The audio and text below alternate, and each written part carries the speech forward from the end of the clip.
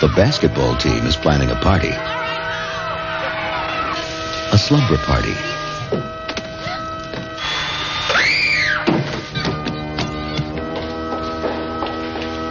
The party begins at 8 o'clock, but be on the lookout for an uninvited guest.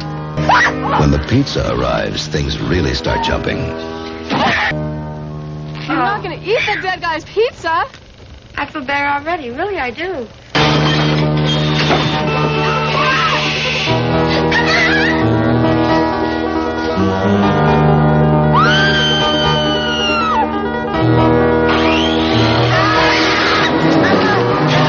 One thing's for sure, no one's getting any sleep the night of the Slumber Party Massacre. Close your eyes for a second and sleep forever. Hey horror ghouls, Bored now, back with you, and this is day 10 of my month-long horror movie reviews for the month of October 2022, so 31 days of horror in a mini franchise today. So this is going to be the original Slumber Party Massacre from 1982, the slasher movie which owes more than a nod to the likes of Halloween and also Friday the 13th. So unfortunately Rachel can't be with me for this review, but as I'm going to do the franchise moving forward and probably return to it next month, then hopefully she'll be able to join me for the rest of the reviews of Halloween. That there would be no doubt about it after just a few minutes, because it opens with a Haddonfield style setting, small town. There's a lot of like lurking camera shots around the neighbourhood.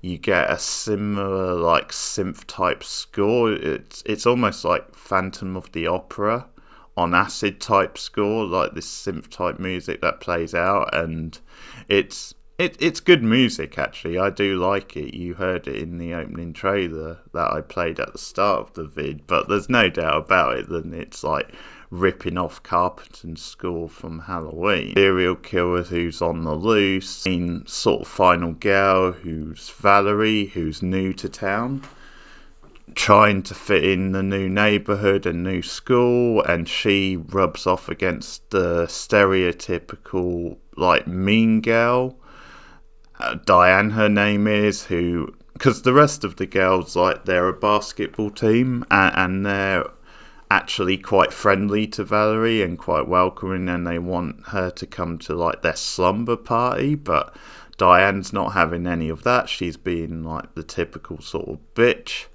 and so Valerie actually spends most of the night with her sister Courtney, while across the road you're having this slumber party with this basketball team, and shit starts going down with the killer as he slowly starts going after them, picking off victims here and there across the neighbourhood, and things slowly sort of burn. So you get, again, a very similar Halloween style plot with one or two hints of like Friday the 13th as well sort of thrown in. So it is very like derivative of that. I think the reason it like gets away with it and it's not too bad to watch is because, like, to me it was like more tongue-in-cheek, like it was having fun with that. At times it felt like a horror comedy, and there's a couple of like fun examples of that. There's the scene early on where you get like the flirty blonde-haired girl who's like flirting with a couple of guys, and after they've like moved on, she like gets snatched in broad daylight, I might add, into the back of a fucking van, and that's in broad daylight. So she's snatched inside and she's kind of like screaming for help, banging on the windows, but the joke is that they've already like moved on and they can't hear her, like they're walking away, and just the irony of her like screaming for help, and they've just been there but they can't see her or can't hear her. So to me, a scene like that is just played for gag, really, and a brilliant gag about the pizza, because one of the best sort of like scenes is like his eyeballs have been drilled out, and they open the door and he flops down without any eyeballs, and that's a great shot. That's a great like jump type moment, but then you obviously get that gag about the girl still wanting to like eat the pizza even after he's been killed, and the other girls are like, are you seriously eating the dead guy's pizza? And she's like, hey, life goes on, I already feel better. She's got a point, to be fair, but yeah, very morbid. But stuff like that, definitely they're going for more humour, so that's why the film is actually half decent, like solid enough. It's not fantastic.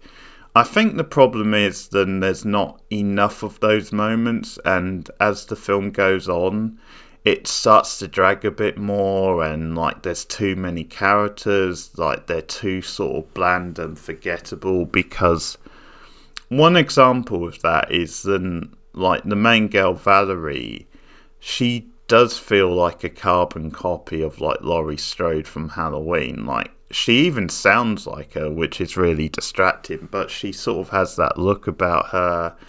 And her story in the film is very much like that almost, where she is like the good-natured sort of babysitter, like she's looking after her kid sister, and they have some nice scenes. I sort of love the stuff about Brooke Shields and her saying, why don't I do you up for Brooke Shields? And like Brooke Shields, sorry, too much of a Laurie Strode rip-off. She feels like too similar, but obviously nowhere near as good, and it just stands out. She's just a little bit too much of a rip-off and a little bit too like bland, and that's the thing with the characters. Although like the film's having fun and not taking itself too seriously, it's just that the characters aren't really that entertaining to watch, like scene from scene, and you tend to get the film dragging a bit in the middle. Also, the kills are like hit and miss, and some of the horror type scenes are hit and miss, because the end of the film is really good. It's like really high action. When it kicks into gear, like the finale is really full on and exciting.